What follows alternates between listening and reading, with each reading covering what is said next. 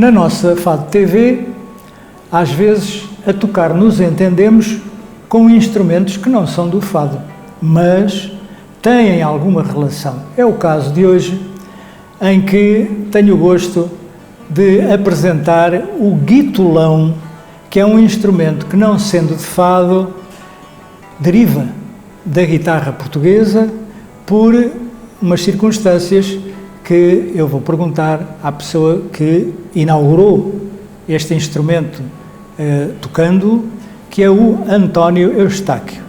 Olá, António. Olá, António. Eu devo dizer-lhe que assisti à apresentação do guitolão no Museu do Fado já há quantos anos? Já lá vamos anos.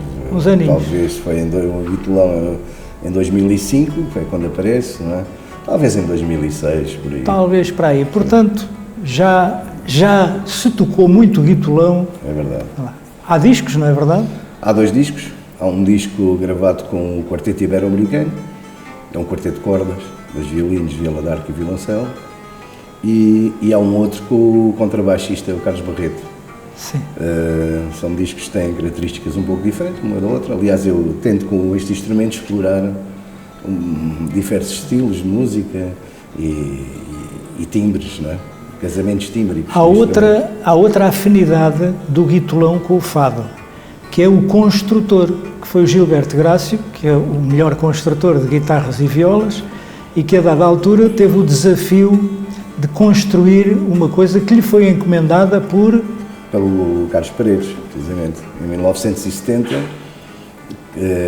segundo depois contou o Grácio, não é?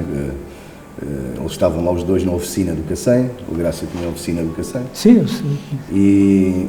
E o Carlos Paredes pediu-lhe para ele construir um instrumento, se ele podia construir um instrumento com uma guitarra portuguesa, mas com um braço mais comprido, que possibilitasse uma sonoridade mais grave, não é? Para poder tocar sem o recurso ao viola, não é? Ao acompanhamento.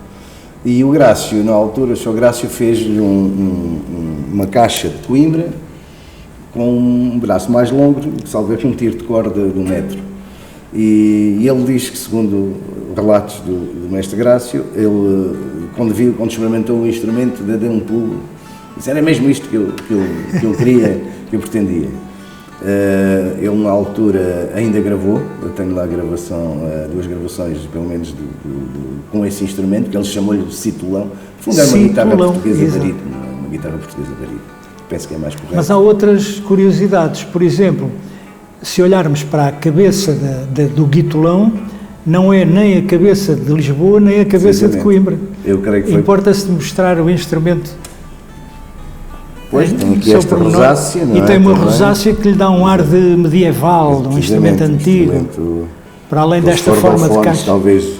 Eu considero este instrumento, é um instrumento português, obviamente, mas deriva, como disse, da guitarra portuguesa, mas eu considero este instrumento um instrumento mediterrâneo, quer dizer, porque tem muita sonoridade. Até o som. O som do aludo árabe, às vezes vai buscar algumas frequências da cítara e do saço turco também. Sim. Quer dizer, é um instrumento que apanha este conjunto de cordofones aqui da bacia mediterrânica e que realmente o conjunto dos timbres, isto é muito equilibrado, quer dizer, tem uns graves e uns agudos.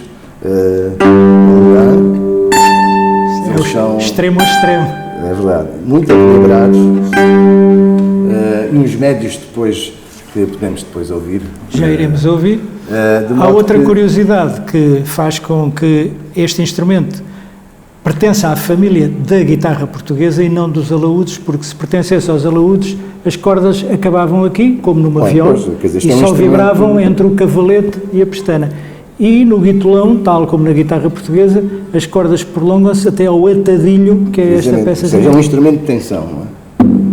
Claro. Tensão, portanto, a tensão é um instrumento, por exemplo, a viola é um instrumento de extensão. Não é? Exato. É um instrumento de tensão, precisamente é o mesmo. E mesmo estas cordas aqui, embora não se toquem, vibram por simpatia e dão um eco. Isto é muito idêntico à guitarra portuguesa, quer dizer, apesar de, quer dizer, o segredo está todo aqui na caixa acústica, não é? Claro. É claro que só o Sr. Grácio é que tem esse segredo. Já agora, António, pode mostrá-la de perfil Exatamente. E depois também o fundo de costas. Tem um design muito bonito, não é? E agora ao fundo, exato, deve-se ver, tem aquela curvatura típica do Grácio, que ele faz isso com muita elegância. E não toca fado, não acompanha fado. Qual é o repertório do guitolão? Pois, quer dizer, isto é um instrumento novo, para um instrumento novo, um novo repertório, não é? Composto por si. Por mim, eu tive que realmente começar a compor música para este instrumento. Gravei uma suite, chamada Suite das Folhas, que eu compus, baseada num poema de Rui Belo. Estamos aqui numa livraria. É o ambiente propício. O Rui Belo, que tem um poema com um movimento das folhas, não é? Naquela tarde quebrada, contra o meu ouvido atento, eu soube que a missão das folhas é definir o vento. Quer dizer, aquele movimento das folhas através do vento, penso que é muito sugere, não é? Este movimento da forma de tocar a guitarra, ou o guitolão, neste caso. E aí nasce a Suite das Folhas. Cada movimento tem um título relacionado com essa temática, não é? O poema Uma Folha Caída, a Missão das Folhas, etc. E foi com essa suite que, pela primeira vez, gravei então com um quarteto ibero-americano. Um quarteto ibero-americano, que no fundo são um quarteto de cordas de instrumentistas da Orquestra Gulbenkian, entre os quais está um amigo meu que me acompanhou sempre na música, que é o António Miranda, violinista. E houve um concerto no Museu da Música, em Lisboa. Precisamente. Esse concerto no Museu da Música eu conheço porque foi filmado pela Fado TV. Precisamente. Foi uma homenagem à Dona Helena Freitas Branco, e que fez nesse dia 99 anos, e a Fados TV esteve lá a registrar esse momento, realmente, em que eu toquei 2 peças, a convite do Luís Freitas Branco, neto. Exato. E realmente foi um concerto muito agradável, onde tocaram também muitos alunos da Dona Helena, e tocámos depois no final todos juntos, inclusive com o Luís Freitas Branco, o Urbano, mais gente. Mas temos feito vários concertos em Lisboa, no CCB, no Culturgest, em várias salas. Também toquei com a Luísa Amaro em várias salas. Sim, tocava com o Carlos Paredes nos últimos tempos. Precisamente, porque foi através da Luísa Amaro que eu tive contacto com este instrumento. Foi porque um dia fui à casa do Carlos Paredes, em Benfica, onde ele morava, e tinha lá, aquilo era guitarras por todo lado. E entre as guitarras estava esse instrumento que eu falei, que era o citalão, ou a guitarra, digamos assim. Estava lá, e então ele disse: toca lá, experimenta lá tocar, para ver como é que soa e tal, se gostas, o que é que achas disto?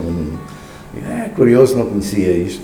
E então foi buscar aqueles gravadores, ainda na altura de cassetes. Cassetes. Gravou e mostrou ao mestre Grácio, não é? Sr. Grácio, para ele ouvir. E foi aquele realmente se entusiasmou, porque ele tinha lá as madeiras guardadas. Para o Grácio isso era um desafio, e ele, enquanto não fez uma coisa nova, não descansa. Depois eu fui tocar no funeral do Carlos Paredes, na Basílica da Estrela, precisamente com um trio de cordas, também desses meus amigos da Gulbenkian. E daquela coisa nos funerais, vimos cá fora, um bocadinho, encontro o Sr. Grácio, e foi aí que tivemos uma conversa. Sr. Grácio, isto seria a melhor forma de homenagear o Carlos Paredes, era fazer um instrumento que ele sugeriu, não é? Na altura, portanto, a versão definitiva, não é? Portanto, o guitolão é resultado de várias heranças, porque é uma herança do Carlos Paredes, é uma herança da guitarra portuguesa. E qual é o futuro do guitolão? Vai ficar só consigo? Haverá alunos? O Sr. Grácio fez mais 2, para além deste. Está um no Algarve e outro em Coimbra. Nas mãos de alguém que toca? Sim, o Valentim, do Algarve, por vezes toca, portanto eu tenho conhecimento, por vezes ainda toca no instrumento. E em Coimbra está nas mãos de um rapaz que realmente era guitarrista de guitarra portuguesa, não é? E que agora está a desenvolver o trabalho com o guitolão, não é? Também. Sim, portanto, sim. há 3 instrumentos. Já está, é um começo, continua a ser uma bela herança da guitarra portuguesa. Então, nada melhor do que ouvir o guitolão tocado por quem o fez nascer, porque aqui a tocar nos entendemos.